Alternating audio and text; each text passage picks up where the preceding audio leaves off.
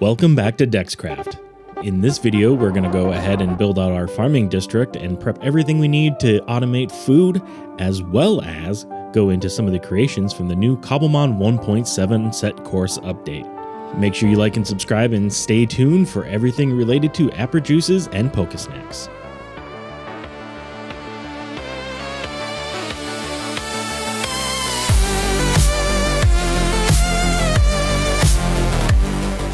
In preparation for today's projects, I had to go ahead and build a couple machines that I think I'm going to need.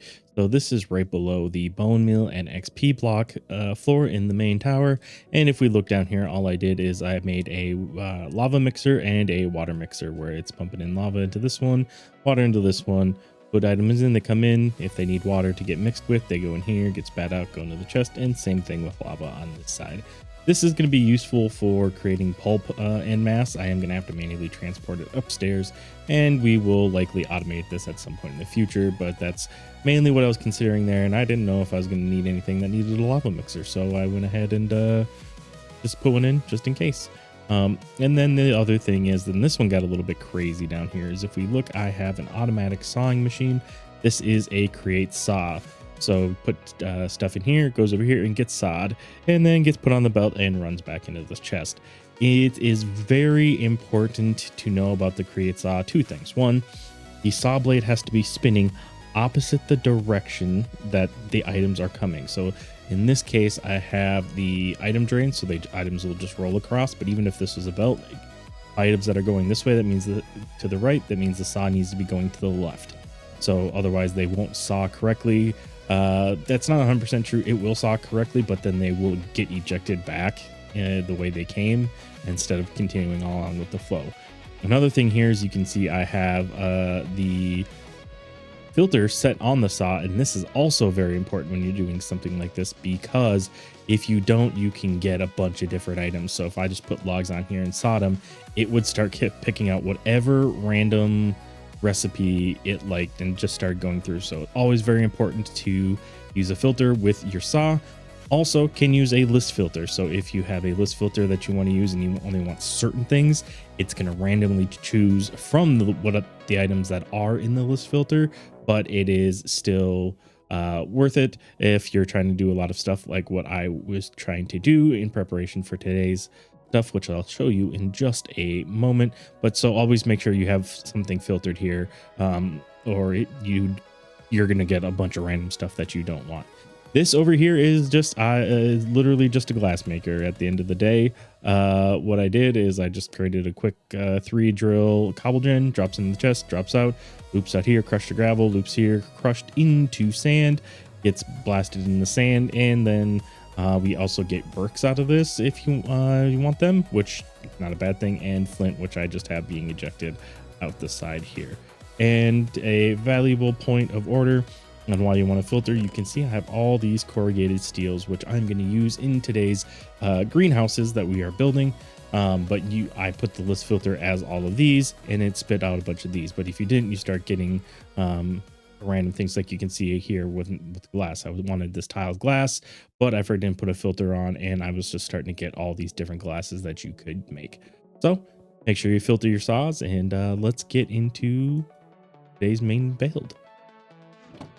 Santa Bubby, do do do do do do do do do do. Oh, I have dirt. Yes. I don't know if you wanted that. What is this magnificent looking machine? This is a track layer. It's just being a turd at the moment. Okay, so it's all set to go back to your house. I don't have to worry about turning off non-drills or anything. Nope, you're totally fine. Just head straight forward. Okay, this will be my first time driving a train. You might get an achievement for it too. Yep, see, there you go. You got an achievement. Woo! Well, there's so much going on. You're fine. Just keep going. Full steam ahead, baby. Full steam ahead. I'm driving a choo-choo. Oh, is that the steamroller? The steamroller from Thomas the Tank Engine? It is. That's an interesting thing to look up to. You should catch it. I already have one. Okay. You already have a shiny ducklet? Yeah. I think they're a common spawn on pretty much any water. I meant like the shiny version. Oh. One shot, no warm up. So what will happen now is we're going to cross the water. It's going to place track for us. Yeah, I really shouldn't have it this fast, honestly, because then mistakes like that happen. I wondered if this is how the pros did it. Just made a drill and pointed it straight. The deployer. I mean, it's so much easier. I also don't really consider myself a pro, but all right, I'll take it. College athlete is considered a pro compared to the high school, right? I guess. For somebody who just sat on their first train today, you are the expert. Aw, thanks, man. You are the PhD to my GED. Oh, jeez. Okay, we are over in where the farming district is going to be because the server got updated to Cobblemon 1.7. And with that, that means there is a whole lot of new crops that came in. And so we're really going to start digging into the Cobblemon aspect of the server and food. We want food as well. So we're going to build up our farm district earlier than I was anticipating, but that's okay. So first things first, you can see behind me, we have lots of trees and stuff in the way here. Lots of trees, lots of kind of lumpy, bumpy land. And so I'm going to go ahead and probably clear some of this out, flatten some of this out as well. If we take a look, I forgot the backpack that had all the stuff in it. Cobblemon, did you take my backpack? Never mind, found the backpack. But as you can see, we have a whole bunch of stuff that we are going to be using to build up our farm area. The idea is we're going to be doing some like industrial greenhouses for each of the crops. So we got to head over there and go ahead and figure out what this setup is really gonna look like for us. Well, now that I'm over here, first things first is we're gonna have to do some light work in the cleaning up of the areas over here. So let's go do that.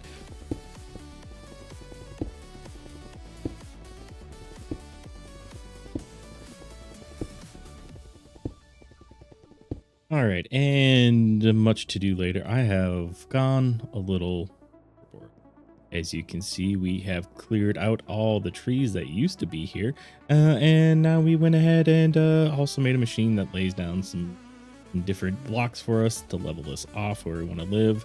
Since this is supposed to be a cyberpunk city, I opted to go for these block of flints that I was creating with our other farm up there at the top of the hill because we have plenty. But then also in the process, we were chopping down plenty of ebony trees. And that's what these are, basket woven ebony planks, which are pretty, these are very asphalt looking to me. Hey, ditto. There, those are all in. So I think we would want to do something like that. And since it's a greenhouse, we can add more window. I think maybe that, ooh, that looks good. That looks good for a door.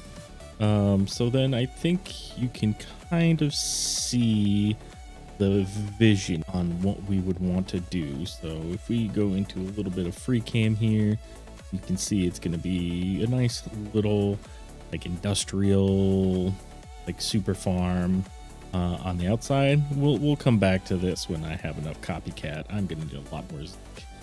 Spoon's not around, so we'll see what we can do. Taking a little bit more now that we have a little bit completed here. You can see I just put in the other side, the other door on this side, and we're going to be using the Farmer's Delight rich soil, but I made a whole bunch of the organic compost, which is the precursor. So it's going to take some time for this stuff to go in, but I figured as I was building these, I didn't want to wait to age down all of this organic compost. I wanted to get these built in. They can age down while I'm going through and taking care of this here. We have returned now to our regularly scheduled programming. I was able to get a fair amount of zinc, and I learned that you can make these slopes so you don't have to waste a whole bunch of individual slope steps. So that way these are a little bit cheaper. It's a 2-for-1 on the zinc ingot and we're not wasting. So I pulled out of the slope steps, and we are going to be utilizing these slopes, the regular slopes from the Copycats Create, or Create Copycats rather. And then we'll just get this plugged in here. And there we go. I don't know what I'm going to do about these specific spots here. These aren't filling in. We are going to figure out which one of these we want as our windows. But as you saw, I think we're going to go do a raid with Fluffy. Well, then I gotta go back to my apartment. Darkness is In the apartment. messing me up. Trying to Go figure drink out where milk. my Pokemon is. Darkness. How did I see? How did I see? Absolute horror. Darkness imprisoning me. All that I see, absolute horror. I cannot live.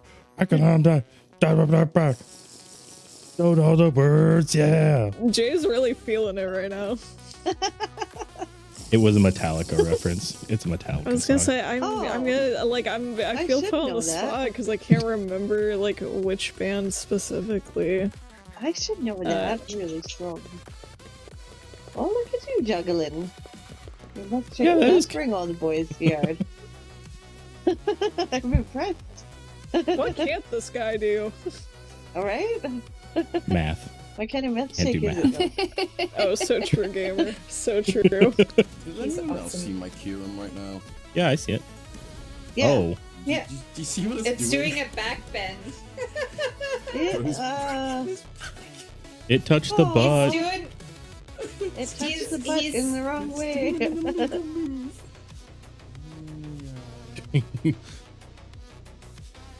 Shall we fly over to the others? Oh, yeah, we can. Where they at? Let's see where they're located. All right, and quite a bit of time later, to be perfectly honest, I have redone this. It is the same width, but it is a different shape now for this building. And so all I did was I brought this out. It was looking just a little too slanted and a little too cramped inside. And I was like, well, what is the right shape? So I looked it up, and these tents generally have a steeper side with just a slight slant on the side. It's a little more rounded. Figured these would be a good design to try to use. Pretty much everything else is staying the same. We have the doors, we have the glass.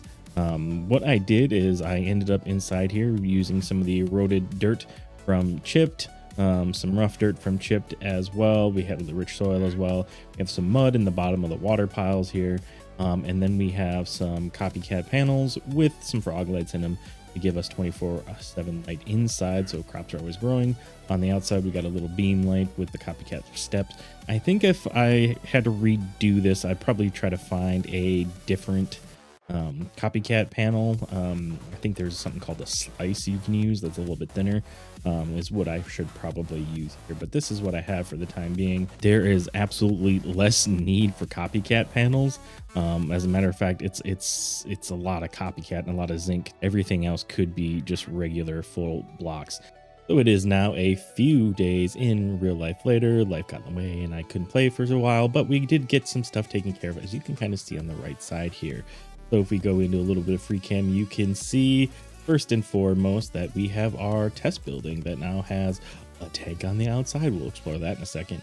But you can see that I have put in a row of various of these greenhouses and that there is a trench down the center. Did not do that with the schematic cannon because I wanted all these different colors, and since I wasn't using any of the copycat panels because it was way too expensive and I didn't need to.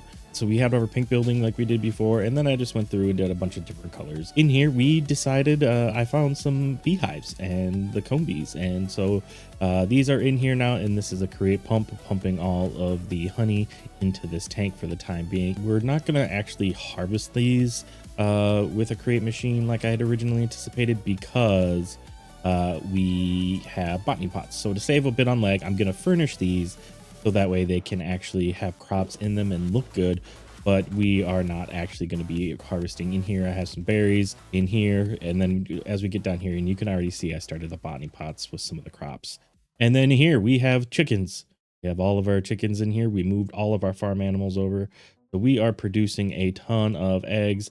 Underneath here, we can look and we can see maybe that I have a bunch of hoppers to get the eggs, and these are all going down into a vault right here. Can we see how many eggs are in the vault? If I put the pointer on? No. I'm sure it's a ton of them in here. We have the Cobblemon Hardy Grains. We will be automating these because these do not grow in a botany pot, so I will be doing a create machine for these here in the very short future. That's our next step. And then in here I have the animals that aren't chickens. We got a little barn. Plan is that we are going to offload all the stuff that is growing out of here. We're going to put a big belt down the center, and we're going to offload everything into the belt down the center channel, and then we are going to run it to the barn.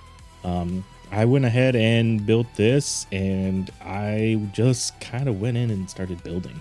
I wanted to keep the same kind of shape. It's got all the same industrial metal bits as the regular greenhouses, but we are going to funnel all of this into here.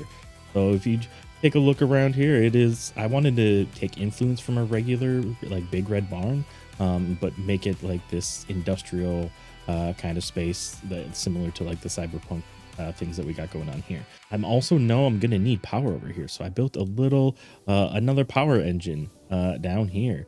So we have a power engine, or steam engine rather, coming up here with all the basic stuff that you've seen me build this already. And so I have that running up right here. And what we're gonna do is we're gonna use this barn as the processing center for all of our various things that we produce in these greenhouses.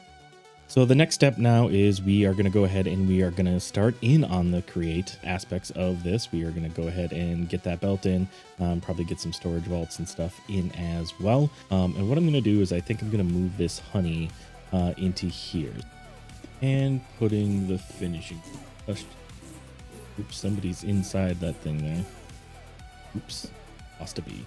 But putting the copper casing in there to signify that the pipes are there. If we go do a little bit of free cam, we're going to see that everything is still the same. All these are piped in here. If we go underground, I just have it piped up and into the tank. So I have a few supplies here going on. You might recognize this pattern. What I have here is I have a redstone block prong, the redstone rails, and we are going to build ourselves a little doohickey machine to go ahead and build out automatic harvesting of the hardy grains here. And this along here like so. Grab a barrel, pop that barrel on top just like that, and then we're gonna take more girders, come over and down. So we got those beams across there, so those are covering harvesters, that's covering their storage, and then we're gonna put this down under here, so that way those can up and do the things that need to do. So these harvesters will run across, they will harvest all the grains, they will store them in the barrel, and then it will offload them right here. And then we can put a minecart right there. We're gonna make sure we want to block rotation, and let's see, let's give it to start. I forgot all of the glue, so that's not great. Okay, so that's not gonna come back like I wanted. I think I know what the problem is. It is a create controller rail. All right, so after a little bit of work here, realized I'd have two redstone blocks, one for the controller rail and one to power the powered rail. This will just make sure that it's constantly moving. Let's give this a bump now and see what happens. Goes all the way forward, comes all the way back, offloads. Does it launch itself forward again? It's done unloading. It does not appear so. So that means to me is I need to go ahead and do that, and we need to get another controller rail into here, which means a block of redstone that I don't have. So we'll be right back after we get the redstone. All right, and a lot more time later, we have this little device right here. It comes through and it's just going to rock back and forth, collect the grain as it is harvested. You can see that it connects right there, drops off its little bits when it grows.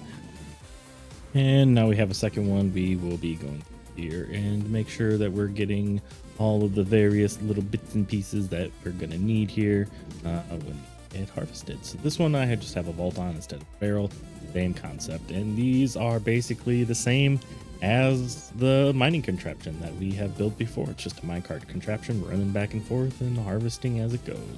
And as you can see, we went ahead and connected all the stuff, and all the things are now moving. They're going to be moving underground here, and I just have them coming up into the vault, and I can distribute all the things that I'm going to need from this vault right here. Editor J here, coming back to describe what I did, because I didn't do a very good job and I did switch a bunch of stuff around, so it's just easier to come and re-record. What you see here is our cow milking station. We have our cow on a couple of grass blocks, and then we have a deployer right here with buckets going into the one side that's going to go ahead and it is going to milk the cow when it has buckets. It is only going to release buckets of milk out of this side here onto this belt. That's why it's filtered. We don't want regular buckets going through. And the milk buckets come over here. They get drained into the item basin here and then get pumped into this tank. As you can see, we got a full tank of milk. The buckets will then continue to move on, rotate back into the thing, and keep the process going. As you can see, since the tank is full, it can't drain, it can't pump it out, so these aren't moving anymore. Once the milk is used and taken out, then it's going to go ahead and continue the process as you need it. I am going to add an addition to this. I do not mind this, but for some of the stuff that you are going to be seeing moving forward with some of the Pokesnack stuff that's coming up, we are going to eventually want a milk tank in glass bottles, because Moo Moo milk is stackable, bucket of milks are not. Moving upstairs, I have built, these are just carrots and wheat and seeds, and so what's happening is these are all getting filtered into the various chutes to go into the various deployers underneath here. And then they go ahead, and we have some sheeps right here, we have some cows right here, and then underneath here, as you can see, we have some pigs, and I don't know if we're going to be able to, yeah, we go, pigs and chickens as well. And so what happens is the sit on these belts, the parents are stuck in these 1x1 blocks, and then the babies are moved into these different areas. Of important to note here is sheep and cow have the same hitboxes, and then pigs and chickens have the same hitboxes for when they're grown. So there's a reason there's a couple different styles of stuff going on here.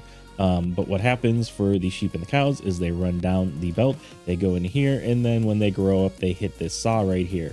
And then underneath this slab right here is just a item hopper, and it gets drained down into the system there. And coming back in here, I went ahead and opened this up and resolved the belt's not moving. So as I said, the chickens and pigs will come underneath. They fill this half slab spot underneath with no issues. Then what happens is they go ahead and they get bounced up, as you can see with these chickens right in here. And you can see there's some saws right there. A baby pig and a baby chicken will not get eaten up by those saws, as is demonstrated currently, but then when they grow to full size, they will hit that spot, and the hitbox on the pigs and the chickens will grind them up. Readdressing this, what happens with all this stuff is it comes up, it goes over, doesn't get used, it gets dropped into the thing, onto the belt, and then that's what's running over here. So that's why you see all the seeds and the carrots and stuff coming down the belt, because it's what doesn't get used for the cows and the pigs and everything else is going to get dropped in and go down the way here. So out of here, only the meats will drop out onto this belt right here. It'll go into this buffer vault, and then this is set to only release 2 at a time. I only want it in there if you can do 2 at a time. That goes out, hits these brass tunnels, they do the split, and they come out. One just goes onto the belt and goes through, no problems. The other one gets sliced, and then it just loops back around and then gets dropped right in system, back into the system, which goes back over in vaults. So as a demonstration of this, we can go ahead and pop up on here, and we can pretend that they just dropped out onto the belt from up here. We can watch as that is going to go in. It's going to get split out into 2 on this side. The ones on the right are going to get chopped. The ones on the left are just going to go through, and then it's going to go in and going to go. And some more time later, I took the same principle as I had for the meats, and I set them up at the beginning of the line here.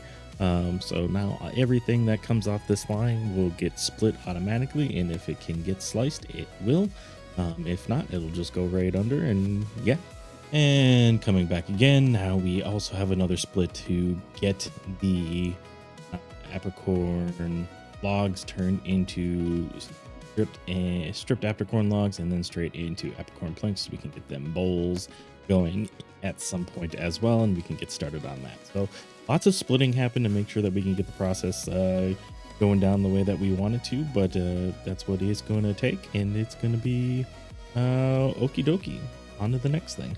The server is updated to Cobblemon 1.7, and so we have the cooking pots, and so I want to play around with the cooking pots. If you put a cooking pot over the campfire, let's take a look. Here is the recipe for making a campfire. You get the color based on what other color apricorn you want. And then when you put it down on top of a campfire, a lit campfire, you can go here. Looking at the cooking pot interface, we have the recipe slots, which is a typical 3x3 Minecraft grid. We also have the seasoning slots in the upper right, which is how you adjust certain effects or tastes for certain items that you are trying to create. There are a ton of recipes. I recommend taking some time to read the Cobblemon wiki to find out the various items you can make. There are a ton of regular Pokemon themed foods that can be cooked in the cooking pot. Of note are the open face sandwich, which restores 13 player hunger points and allows up to 6.5 saturation points. These are going to be game changers for feeding yourself in Cobblemon. The recipe is 1 bread, 1 egg, 1 raw meat of any kind, and 1 fruit or vegetable of any kind. Sinister tea can be made with bowls, unremarkable teacups, or masterpiece teacups. Sinister tea will have a different potion effect depending on what is put into the seasoning slots. A full list of seasoning items and their effects can be found on the Cobblemon wiki, which I linked below. And now onto the 2 favorite items that I have. First, we have Aprijuices, which are crafted with 1 apricorn, 1 peppa flower, and 1 energy root. These juices affect the riding stat of your Cobblemon, and certain apricorns have certain effects on different riding stats. Further, seasoning items can adjust the level of stat modification based on their flavor profile. But let's take it back just a little bit. There are 5 stats for rideable Cobblemon. These stats are separate from EV and IV based stats. Speed is exactly what it sounds like and affects how fast the Cobblemon can move when ridden. Sweet Apri-juice is the name of the game to increase this stat. Acceleration is how fast a Cobblemon can get to its top speed. To add more acceleration, you want a spicy Apri-juice. Skill is a little deceiving because it's really about how fast a Cobblemon will change directions when being ridden. A dry Apri-juice will increase this skill. Jump is self-explanatory, but more importantly, ties into speeds going up and down vertically. Make your Apri-juice bitter if you want to improve this stat. Stamina is how long a Cobblemon can be ridden before it has to stop and recover stamina. Sour is the best Apri-juice to up this stat. To increase a flavor profile of an Apri-juice, thus adjusting the stats more, different berries should be added into the seasoning slots based on their associated flavor. For a full list of berry flavor points, see the Cobblemon wiki link below. And finally, and probably the most important and most favorite of the items that you can cook are Pokesnacks.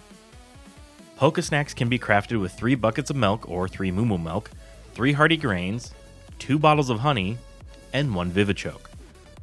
Pokesnacks are just Cobblemon lures that will force a Cobblemon entity to spawn at a random interval.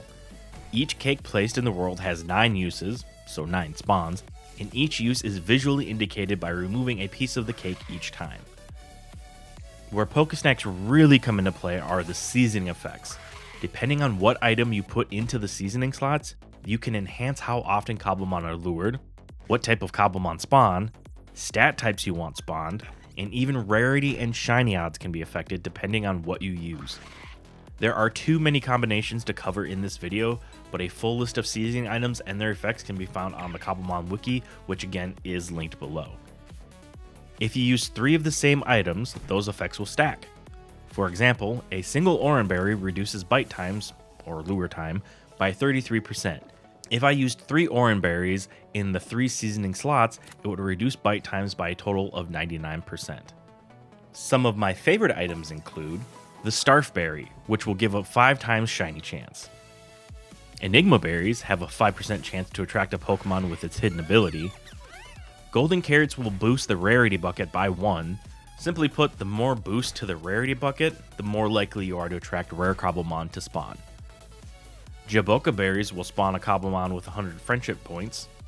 Enchanted Golden Apples. These aren't craftable and have to be looted in vanilla Cobblemon. We added a recipe to DexCraft to make them craftable, but they are very expensive. They are so expensive because 1 enchanted golden apple reduces bite time by 10%, boosts the rarity bucket by 10, and gives a 10 times increase to shiny chances. That means if you use 3 enchanted golden apples in the seasoning slots, you would reduce bite times by 30%, have a boost of 30 to the rarity bucket, and a 30 times chance for shinies. That is just ludicrous. Thanks for sticking around and watching today's video. Make sure you like and subscribe to stay up to date on all things that are happening on the DexCraft server. It's always a great time when we get to hang out. And until next time, bye-bye.